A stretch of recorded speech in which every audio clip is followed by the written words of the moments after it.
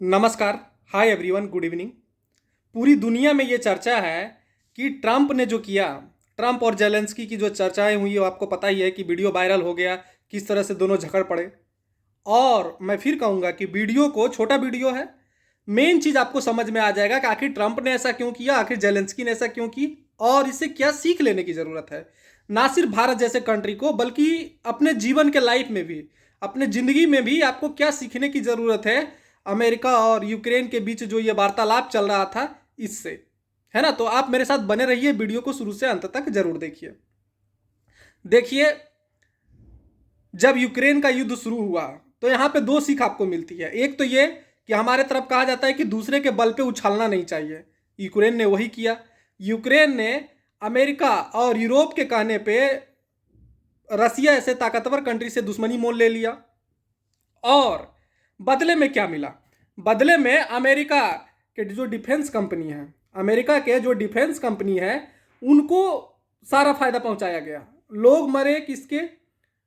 रूस के और यूक्रेन के। और जो फायदा सबसे ज़्यादा पहुंचा वो पहुंचा किसको? तो अमेरिका को। क्योंकि अमेरिका के हथियार भी, कि अमेरिका ने कहा कि हमको इतने बिलियन डॉलर दे दिए, ये दे दिए, वो दे दिए, तो भाई अमेरिकी की कंपनी ने हथियार बनाई, दिया अमेरिका को, लोगों को रोजगार मिला, कहाँ जाके? अमेरिका में। तो एक चीज़ तो ये हो गया। और अब जाके जब ट्रंप सत्ता बदली वहाँ पे, तो ट्रंप ने सीधा कह दिया कि भाई हम रसिया का सपोर्ट करेंगे। यूनाइटेड नेशन के वोटिंग में ट्रंप ने रसिया का समर्थन कर दिया। अब पूरे दुनिया इसको, इससे क्या सीखना चाहिए? तो देखिए चीज़ें कहाँ आती है, ये मैं आपको बताता हूँ। एक जमाना था जब रसिया को, यूएसएसआर को अमेरिका थ्रेट मानता था, और था भी। लेकिन अब अमेरिका की जो पॉलिसी है उसमें चेंज आ गई है। अब यूएसएसआर और के जो, यूएसएसआर तो खत्म ही हो चुका है, उसके जो बारिश है रसिया, उसको ये लोग थ्रेट नहीं मानते। और ये सच भी है। रसिया अगर इकोनॉमिकली कहा जाए तो उसके पास अब वो क्षमता रही नहीं। उससे ज़्यादा इकोनॉमी तो हमारी जैसी कंट्री की है ना, इंडिया जैसे कंट्री की है। तो एक बात तो ये हो गई। तो जब आपके पास पैसा ही नहीं होगा तो आप कितना उछलिएगा? कितना भी उछल कूद मचाइएगा तो कितना उछल कूद मचाइएगा, है ना। तो ये बात है। और अभी तक रसिया सबसे बड़ा दुश्मन हुआ करता था अमेरिका का। लेकिन जब यूक्रेन के युद्ध में अमेरिका ने पूरा साथ दिया यूक्रेन का, ये कहिए कि अमेरिका के ही भड़काने और यूरोप के भड़काने पे यूक्रेन ने युद्ध शुरू किया। ये बात तो हो गई आपको। अब जब ये सारी चीज़ें हुई, है ना, जब ये सारी चीज़ें हुई तो परिणाम क्या निकला? परिणाम ये निकला कि चूंकि रसिया एक मजबूत घोड़ा, है ना, इतनी जल्दी हार तो मानने वाला था नहीं। और रसिया पे इतने सैंक्शन लगे कि रसिया के पास कोई ऑप्शन नहीं बचा। रसिया और चाइना की दोस्ती हो गई, और ये दोस्ती इतनी मजबूत होती जा रही थी कि इससे अमेरिका को डर लगने लगा कि भाई रसिया और चाइना की जो दोस्ती है, ये दोनों मिल जाएंगे तो फिर दोनों का इंटरेस्ट मिल जाएगा, तो कुछ भी हो सकता है।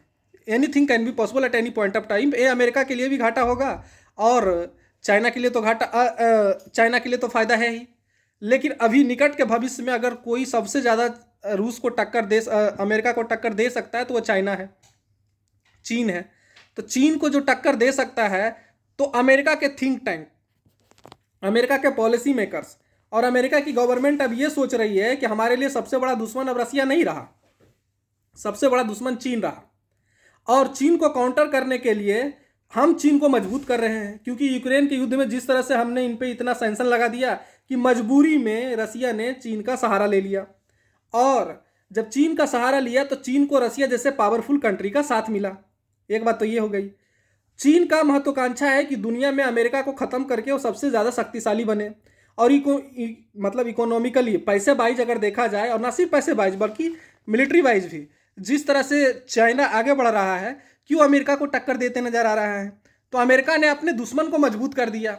अब अमेरिका की पॉलिसी बदल गई है। अमेरिका ना ट्रंप किसी और के खिलाफ है, ना कोई दूसरे के खिलाफ है। अमेरिका ने अब एक पॉलिसी चली है कि भाई हमारा जो पहला दुश्मन है अब रूस नहीं है, पहला दुश्मन है वो चाइना है निकट भविष्य में आने वाले दिनों में।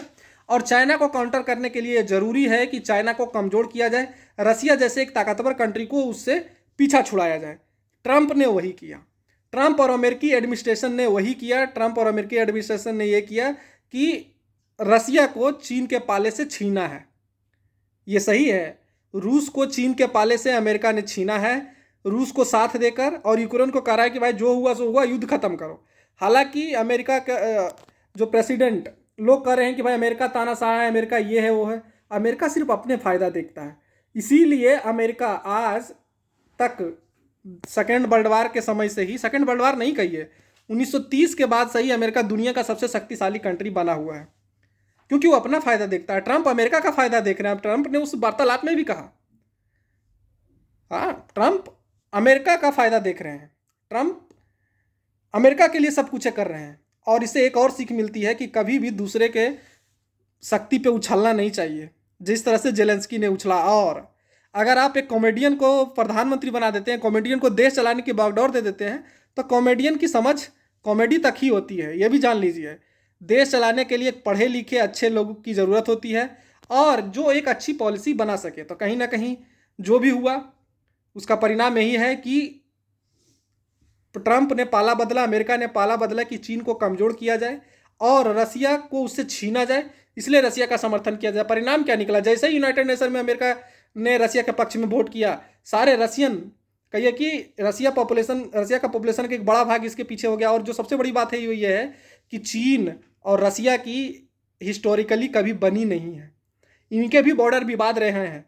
रसिया के कुछ पार्ट को चाइना के कुछ लोगों ने कुछ ही दिन पहले कह दिया था कि भाई ये चीन का पार्ट है। तो समझ रहे हैं बात को? तो पॉलिटिक्स यहाँ ये है, भारत को भी सीख लेने की ज़रूरत है। इसलिए तो कितना भी कहा यूरोपियन कंट्री ने और अमेरिकन ने कि भाई तेल मत खरीदो, रसिया से ये मत खरीदो, पर हमने तेल खरीदा, हम अपने अपने इंटरेस्ट को देखा। तो ये सारी चीज़ें हैं जो भी हमको देख रहे हैं। बहुत बहुत धन्यवाद। Please do and like, subscribe my channel. Thank you. जय हिंद।